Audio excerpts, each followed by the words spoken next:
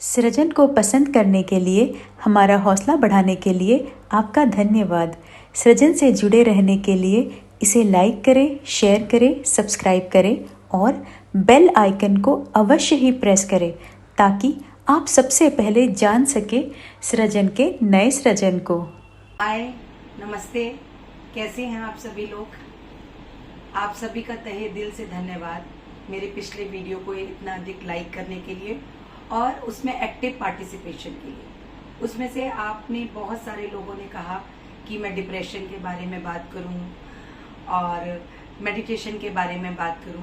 मैं धीरे धीरे सभी पॉइंट्सों को डिस्कस करूंगी, लेकिन इसी बीच किसी प्रशंसक का फोन आया जिन्हें मेरी पुस्तक जिंदगी फिर भी गुलजार है तो बहुत अच्छी लगी ही, साथ ही जो टाइटल है मेरी पुस्तक का और इस टाइटल पे जो मेरी कहानी आधारित है वो कहानी भी उनको बहुत बहुत ज्यादा पसंद आई।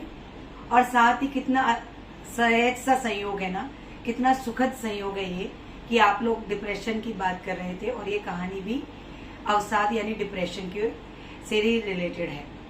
तो सबसे पहले मैं आपको ये बताना चाहूंगी कि डिप्रेशन हम कहते किसे हैं।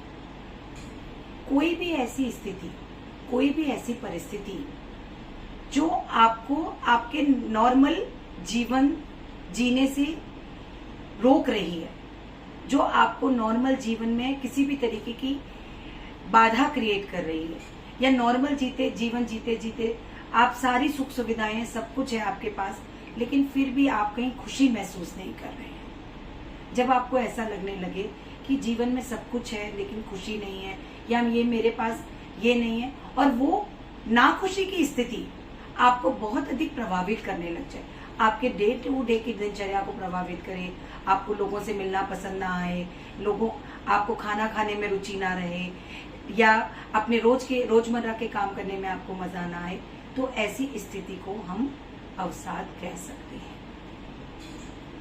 लेकिन आज भी भारतीय समाज में डिप्रेशन या अवसाद को एक टैबू की तरह ट्रीट किया जाता है, जबकि इसे टैबू की तरह ट्रीट करने की आवश्यकता नहीं है।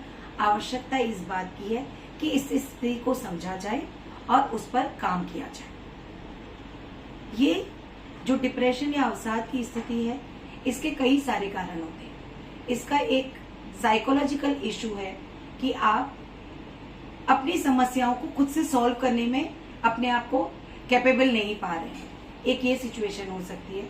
दूसरा, आपके बॉडी में जो हैप्पी हार्मोन्स हैं वो हार्मोन्स कम सीक्रेट हो रहे हैं, या कोई ऐसी सिचुएशन या कोई ऐसी व्यक्ति या ऐसी परिस्थिति आपके सामने आ गई है जो आपको आपके नजदीक भी है और आप जिसके नजदीक रहने के साथ आप खुशी भी महसूस नहीं कर पा रहे। तो ये इन सब सिचुएशन से जो डील करने का तरीका, ये सारी सिचुएशन को हम अवसाद की स्थिति बोलते हैं। अवसाद, जब ये सिचुएशन बहुत लंबे समय तक हमारे साथ चलती रहती है तो ये स्थिति अवसाद की स्थिति कहलाती है। डिप्रेशन की अवस्था में व्यक्ति को नींद बहुत अधिक आती है, कभी कभी व्यक्ति बहुत अधिक खाना खाता है, कभी व्यक्ति को भूख नहीं लगती, कभी व्यक्ति को अपने लाइफ पार्टनर में इंटरेस्ट नहीं आता, कभी अपने दोस्तों में इंटरेस्ट नहीं आता, कभी सामाजिक रूप से आने जाने में इंटरेस्ट नहीं आता, या कभी व्यक्ति को ऐसा लगता है कि वो दुनिया से कहीं भाग जाए, दुनिया से कहीं दूर चला जाए। लेकिन क्या आपको सचमुच लगता है कि ये ऐसी परिस्थितियां हैं जिनका समाधान नहीं किया जा सकता? बिल्कुल नहीं। ये सारी परिस्थितियां ऐसी परिस्थितियां जिनका बहुत बहुत बहुत आसानी से समाधान किया जा सकता है। इसके लिए सबसे ज्यादा जरूरी है अपने आप को आप जैसे हैं उस तरीके से स्वीकार करना। अगर आप किसी समस्या के समाधान करने में असमर्थ हैं तो इसमें दुखी होने, परेशान होने या उसकी जरूरत नहीं है।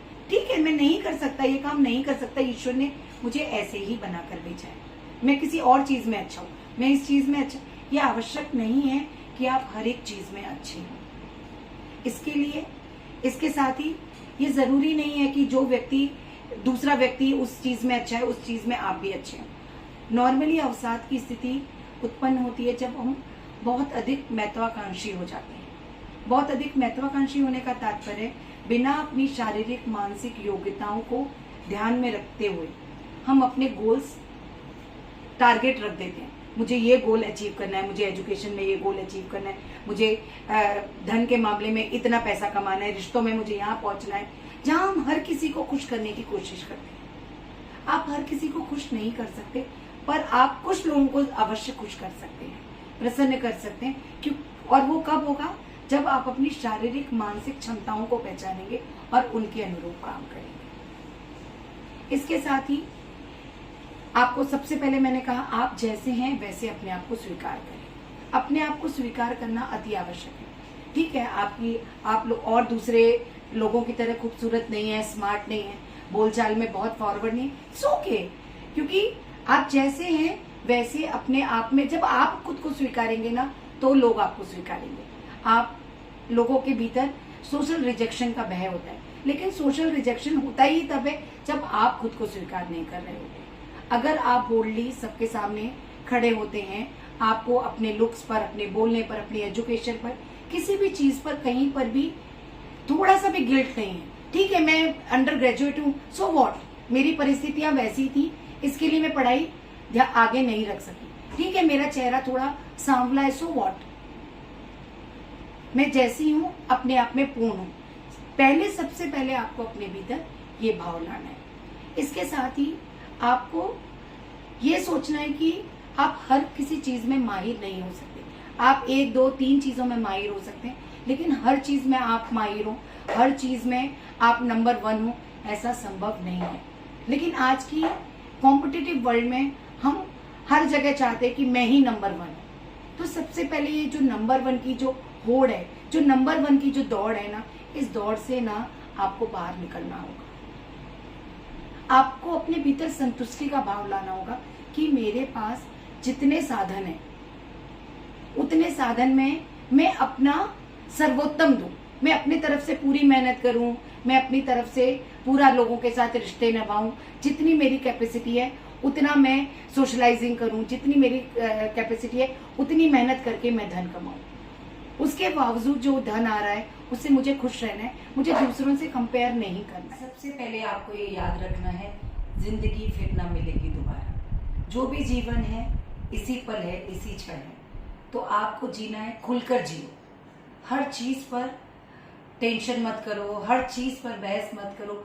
जो है, जैसा है, जिस तरीके से है, उसको वैसा स्वीकार करो। इस कड़ी में सबसे पहले आपको खुद को स्वीकार करना होगा। आप जैसे हैं अपने आप में सर्वोत्तम है। सर्वोत्तम का ये मतलब नहीं है यहाँ मेरा कहने का कि आप ईगो से भर जाए कि मैं ही सब कुछ हूँ। आप ईश्वर ने आपको बनाकर भेजा है तो आप बेस्ट है। आप जो भी आपको शारीरिक मानसिक क्षमताएं ईश्वर ने प्रदान की है, वो आपके लिए सर्वोत्तम है और उनका आपको सर्वाधिक उपयोग करना है, ताकि आप जीवन के हर क्षेत्र में सफल हो सके। तो पहले आप अपने आप को स्वीकारें।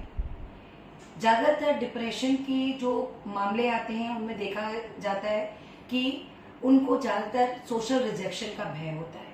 लेकिन सोशल रिजेक्शन का भय उन्हीं लोगों को होता है जो कॉन्फिडेंट नहीं होते अपने आप के लिए, जिनको अपनी क्षमताओं पर, अपनी काबिलियत पर, अपनी खूबियों पर भरोसा नहीं होता। तो सबसे पहले अपने आप पर भरोसा करना सीखें, अपनी काबिलियतों को पहचानें, अपनी क्षमताओं को पहचानें और फिर उनके ऊपर काम करें, उनका सर्वोत्तम उपयोग करें। जब आप उनका सर्वोत्तम उपयोग करेंगे तो जीवन के हर क्षेत्र में आपको सफलता मिलेगी। हर कोई आपकी प्रशंसा करेगा, हर कोई आपके साथ अच्छा व्यवहार करेगा। इसके साथ ही आपको सबसे पहले खुद के लिए समय निकालना होगा, जो मैं हर वीडियो में कहती हूँ। खुद के लिए मी टाइम निकालना बहुत बहुत बहुत जरूरी है। उस मी टाइम में आप अपने मानसिक और शारीरिक विकास पर ध्यान दें। आप योगा करें, एक्सरसाइज करें, मेडिटेशन करें, आप अच्छी पुस्तकों को पढ़ें और साथ में अपने लिए आपको लगता है कि मुझे अकेले रहना पसंद है, सो के थोड़ी देर के लिए अकेले बैठे, मौन का पालन करें, प्रकृति की गोद में जाएं। जब जब निराश हो तो उन लोगों को ध्यान करें जिन लोगों के लिए जो जीवन आप जी रहे हैं वो जीवन एक सपना है। और जब कभी आपके मन में गर्व आने लगे, घमंड आने लगे, अहम आने लगे कि मैंने सब कुछ हासिल कर लिया, तो उन लोगों को देखें जिस तरह के का जीवन आप जीना चाहते, जिस तरह के जीवन जीने की कल्पना आप करते हैं, जब आप उन लोगों को देखेंगे तो आपको ये पता चलेगा कि आप कहाँ खड़े हैं। और ये दोनों ही स्थितियां आपको अपने आगे बढ़ने के लिए मोटिवेट करेंगी। आपको अगर आप असंतुष्ट हैं कि मेरे पास ये नहीं है, तो अपने से कमतर वालों को देखकर आपको ये एहसास होगा कि मैं बहुत भाग्यशाली हूँ, मेरे पास इतना कुछ है। और जब आपके मन में ये घमंड आने लगे, मैंने बहुत कुछ हासिल कर लिया, तो अपने से आगे गए हुए लोगों को देखेंगे तो आपको एहसास होगा कि अभी बहुत बड़ी मंजिल तय करना बाकी है। तो ये लाइफ में ये बैलेंस करके चले। आप जब कभी भी आपको ऐसा लगे कि कोई समस्या है जिसका आप समाधान नहीं कर पा रहे, तो don't hesitate to ask someone else. वो समवन आपके परिवार का कोई सदस्य भी हो सकता है, आपका जीवन साथी हो सकता है, आपका मित्र हो सकता है, आपका कोई दोस्त हो सकता है, आपकी कोई टीचर हो सकती है, कोई भी व्यक्ति हो सकता है, जहां पर आप उनमें कन्फाइड कर सकें और जहां पर आप उनसे समस्या का समाधान ले सकें। और ऑलवेज काउंसलर तो ऑलवेज ऑलवेज ऑलवेज हैं, जहां पर आप जाकर अपनी समस्याओं का समाधान उनके साथ कर सकते हैं। काउंसलिंग पे आपने देखा होगा, मैं इसके लिए काउंसलिंग पे जोर नहीं देती कि मैं एक काउंसलर हूँ। मैं काउंसलिंग पे इसके लिए बहुत ज्यादा काउंसलिंग को बहुत ज्यादा अहमियत देती हूँ कि काउंसलिंग एक ऐसी पद्धति है जिसमें आप दूसरे के साथ बात कर कर अपनी समस्याओं का समाधान खुद करते हैं। जैसे चाय का एक ही सिप आपको तरोताजा कर सकता है। मैं चाय का एक एक सिप पीती हूँ और मुझे लगता है मुझे जीवन में कितनी बड़ी खुशी हासिल हो रही है। कहने का तात्पर्य है कि छोटी छोटी चीजों में खुशियां खोजने की कोशिश करें। आज रोज मैं बच्चे को समय नहीं दे पाती, पर मैं आज बच्ची को स्कूल छोड़कर आई। रोज मैं अपने बच्चों के साथ बैठकर खाना नहीं खा पाती, पर आज मैंने खाना खाया, अपने बच्चों के साथ खाना खाया। आज मेरा बच्चा इतना खुश होकर स्कूल से लौटा, आज मेरे बच्चे को ये अवार्ड मिला, आज मेरे हस्बैंड को अप्रिसिएशन मिला, आज मेरी जो हेल्पर्स हैं उन्होंने बहुत अच्छे से काम किया, मेरे घर को संभाला।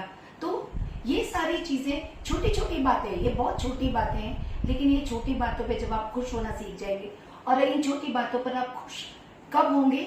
जब आप आभार के भाव में रहेंगे, जब आप ग्रेटिट्यूड के भाव में रहेंगे। तो इसके लिए जरूरी है हर पल हर क्षण आप आभार के भाव में जिए, कि जो हमें मिला है वो जाने कितने लोगों के लिए एक सपना है। तो हर पल हर छोटी चीज के लिए आभार। आप कई बार बोलते हैं बॉस के लिए क्या आभार दिखाना, मैं उनका काम कर रही हूँ, इसके लिए वो मुझे पे कर रहे हैं। माना कि आप उनके लिए वर्क कर रहे हैं और वो आपके लिए आपको पे कर रहे हैं, पर आपने कभी सोचा इतना जाने कितने लोग हैं जो नौकरी के लिए मारे मारे घूमते हैं, जो पूरी तरह से काबिल, आपसे कहीं ज्यादा योग्य होते हुए भी उनको नौकरी नहीं मिल रही है। हर तरीके से काबिल होते हुए भी वो नौकरी की तलाश में इधर उधर भटक रहे हैं। क्या हुआ कि पति ने मेरे लिए ये मुझे सोने का हार करवा के दिया या गाड़ी ला के दी, ये उनकी ड्यूटी है। ये उनकी ड्यूटी नहीं है, उन्होंने ये लिया, ये आउट ऑफ द लव जाके उन्होंने किया।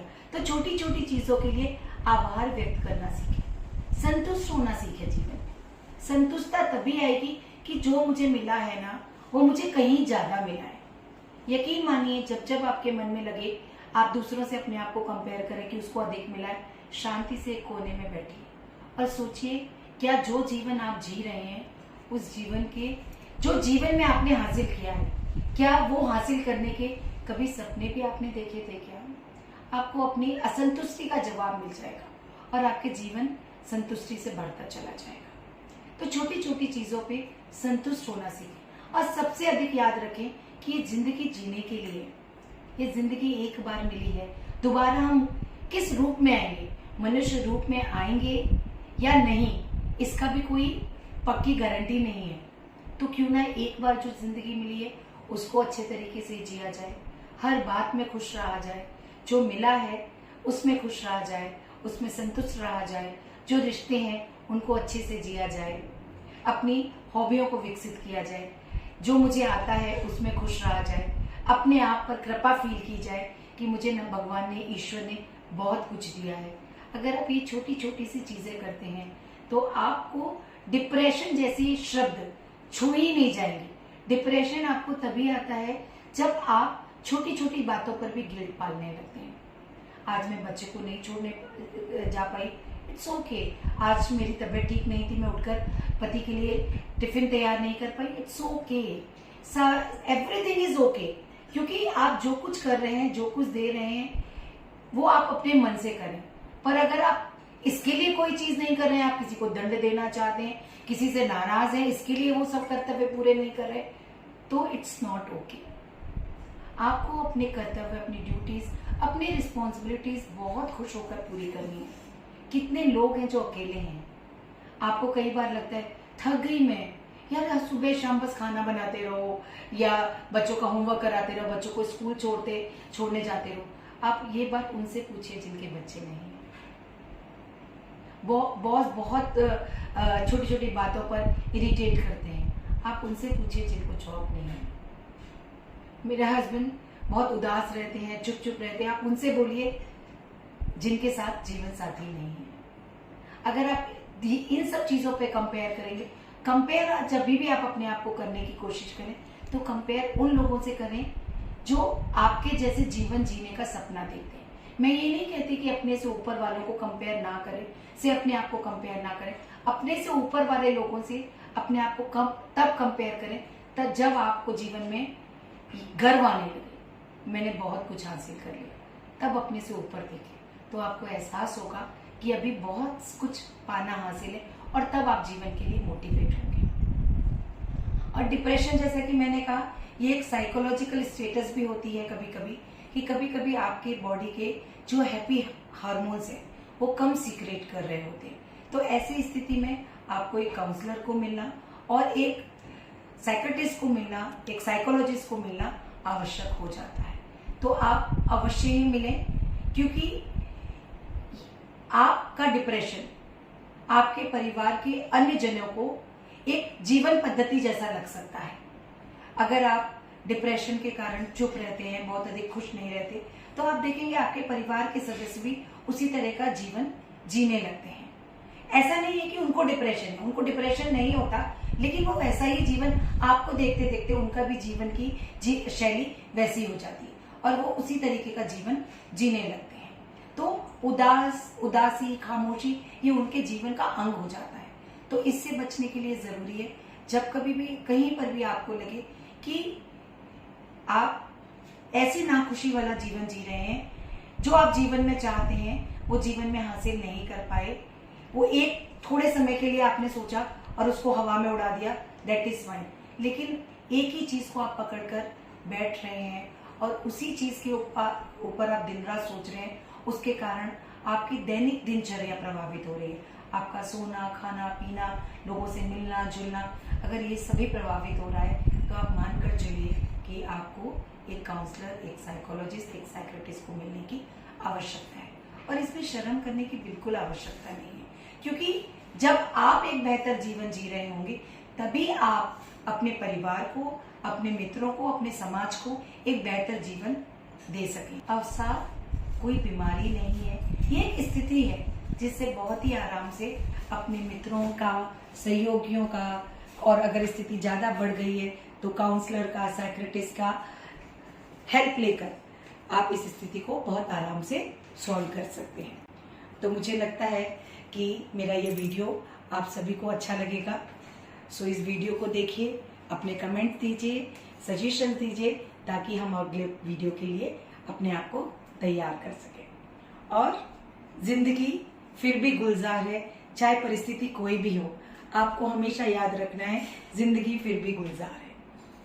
जब आप ये सोच पे चलते हैं कि हर हाल में जिंदगी गुलजार है, और ये याद रखते हैं कि ये जिंदगी जीने का नाम है, जिंदगी खुलकर जियो, तो आप कभी भी डिप्रेशन या अवसाद जैसी चीजों के आसपास भी नहीं भटकते।